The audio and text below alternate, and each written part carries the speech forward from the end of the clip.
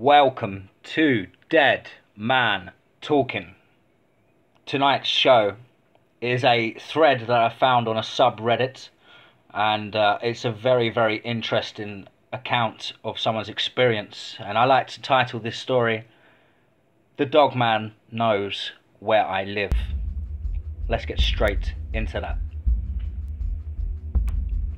I had completely forgotten about seeing something eerily similar about 5 years ago in central Alabama. A few friends and I were going camping in an abandoned military annex one night, and ended up only staying for about 3 hours because something or someone was fucking with us. Sorry this is so long. Laugh out loud. The annex I'm talking about isn't open to public anymore, but when I was a crazy shit, I used to go out there. My buddy had pictures on his phone of some different stuff he'd found out there. A pile of old baby dolls, old cemeteries that aren't on the map of the annex, etc. Well, the night we went camping, he wanted to go hunt for Bigfoot out there. I laughed at him for days leading up to it, but the night we were headed out there, he told us that he had actually seen it a week before whilst he was exploring the old bunkers and the woods around them. I think the place is something like 4 square miles of fenced in property with only 2 gates leading into it, 165 bunkers or so, and 5 to 10 other buildings, airstrips, ponds that weren't on the official map of the place. We headed straight into the spot we knew best. It was on a big hill overlooking a few of the smaller roads so we could see if anyone was coming. You know, cops like to take breaks out there and ride around. The hill was maybe 200 feet taller than the surrounding area, and it overlooked one of the many cemeteries in the annex. While we were setting up, we saw what I said was a small wolf or a giant coyote. Being from Alabama, I've seen both, and it really didn't look like either. Just about maybe 3 feet tall while on all fours, and a strange grey-brown, which is why I said it pretty much had to be a wolf. You see, I've seen hundreds of coyotes and none look like that. Plus, they're usually the size of a miniature schnauzer. We tossed rocks into the woods to scare it off, but its movement stayed the same. Usually, coyotes will bolt at any noise. Well, about 30 minutes later, we had our camp set up and it was starting to get dark, so it was time to go squatching. We set out on foot and probably walked 1,000 feet before seeing what looked like a man hunched over walking down the road. The thing is, it was walking the opposite direction of us, and it was behind us on the 1-lane road in what is essentially a full-blown forest. How the fuck did it come out behind us and nobody hear it come crashing out of the thick ass brush? It made it to the top of the hill, by the way that's where our camp was, and then continued down the other side. Here's the thing though, homeless people often squatted in the old bunkers and outbuildings in the annex, so we just thought we saw an old sod stumbling down the road. It definitely wasn't 9 feet tall like people say Bigfoot is, so we didn't even think twice about it really. Though we did go back to make sure he hadn't messed with our campsite, and he hadn't, before continuing on with our search. About another 30, maybe 45 minutes later, we started hearing footsteps, like biped footsteps with a steadily walking pattern, at least 50 feet off into the woods on our right hand side. We all froze for a second before running back to the campsite like a bunch of pansies. I mean, what the fuck would have happened if we did find Bigfoot, am I right? When we got back, things continued to get stranger and stranger.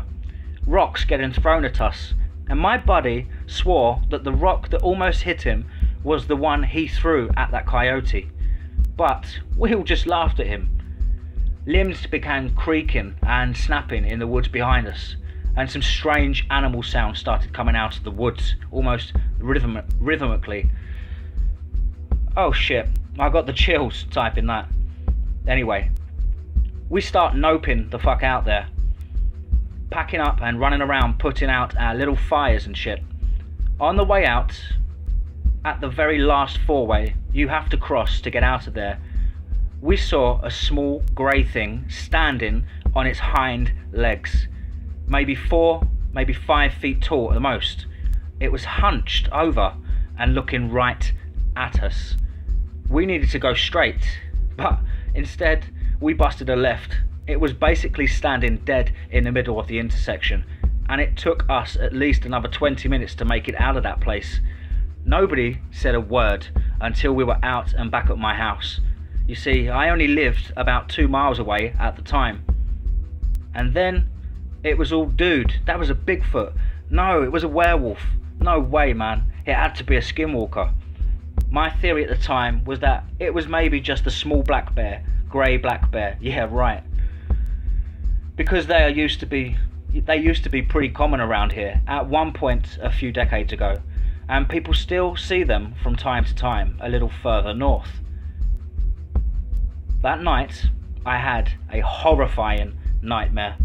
I was back in the annex alone and running down the hill we were camping on. I didn't know why I was running, but I couldn't stop. I ran all the way to that four-way, a good mile or so, where the creature was still standing.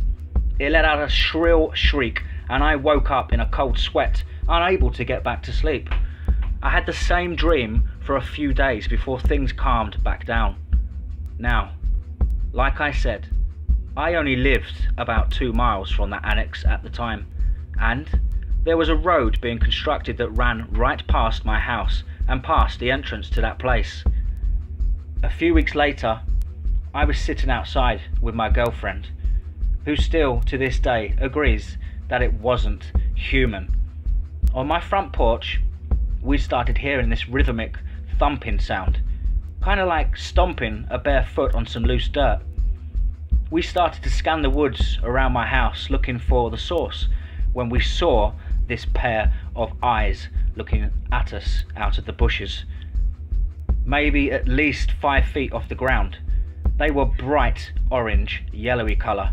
When the light from the telephone pole reflected off them, they stayed perfectly still for about 30 seconds, and then slowly and surely backed away until we could only see one of the eyes before it was gone. I didn't know what the fuck to do. I did a lot of research, and unfortunately Bigfoot made sense at the time, so I filed a report with the BFRO and the ABFRO, the Alabama Bigfoot Research Organization, to get my story out there. I also reported this thing we saw at the annex. They told me this whole thing about baby Bigfoots liking to mess with humans, and that I shouldn't be worried unless I see a pair of eyes 9 feet off the ground. They also said to nail a jar of peanut butter to a tree, or more specifically the lid, to see if the creature could twist the jar loose from the lid. I never did that out of pure fear, but looking back, the creature definitely didn't have any hands that I remember seeing in my dream or in the annex. They just looked like crooked dog legs or something. This may be totally unrelated, but a girl I went to high school with was raped out there. She never saw her attacker, and neither did any of the people she was with. They actually didn't even notice she was gone, unfortunately.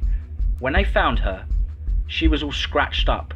The scratches were in groups of 4 all over her back and sides, like fingernail marks, but really close together, like you had your fingers pressed against each other. And her hair had been cut from her head. Crazy shit.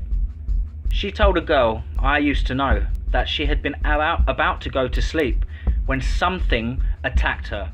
Emphasis on the something, not someone, something.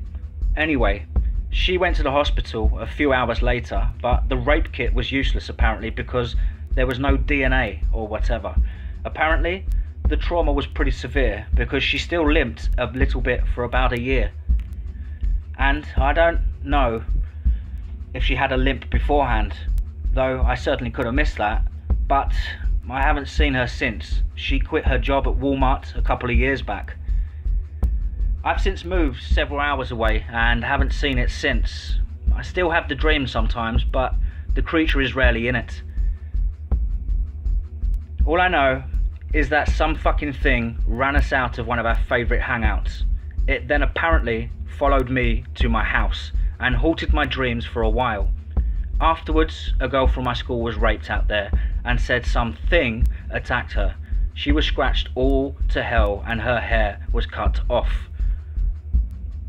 Also, years later, me and another one of the guys who went originally back there, well, we took one of his friends, a huge dude, because he was fascinated by the old cemeteries and shit. We went straight to the cemetery at the bottom of the hill. We must have only stayed for about 10 minutes because his friend said he was starting to feel really uneasy. Uneasy is a short term for what actually transpired. He actually puked once we got out of there. On the way out, we saw two small coyotes with huge ears in the middle of the road. There we go, guys. That's the story for tonight. I hope you guys did enjoy that one. I found that quite mysterious, and I just feel that was a juvenile Dogman experience. But could you imagine that, having a cigarette on your back garden porch, enjoying the fine night time, and then you see two glowing eyes in the forest just beside you? Pretty scary. Please do like, comment, share, and as ever, folks, remember, be safe, not sorry.